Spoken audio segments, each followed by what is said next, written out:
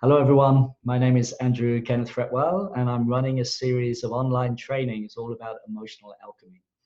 And we're coming up for the third in the series. It's called The Water Spirit, the Kidneys and the Bladder, and Transmuting Fear into Wisdom and Calmness.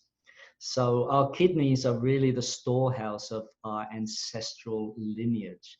They really are the root of our physicality here in this world. They're really opposite the heart. We covered the heart in last Sunday's work. So getting these two parts of us in balance is really, really important. So I'm going to be sharing with you how to, one, become aware of that water energy in your body, how to become aware of those ancestral influences, and how to start to develop calmness with it, even in the midst of fear. And believe me, fear is a very powerful sensation in the body. But when we become conscious of it and when we relax with it, it actually has a hidden wisdom, a hidden gift for all of us. So I really invite you to join me this coming Sunday for the third part in the series. It's a 6-part series, and I really recommend you attend all of them.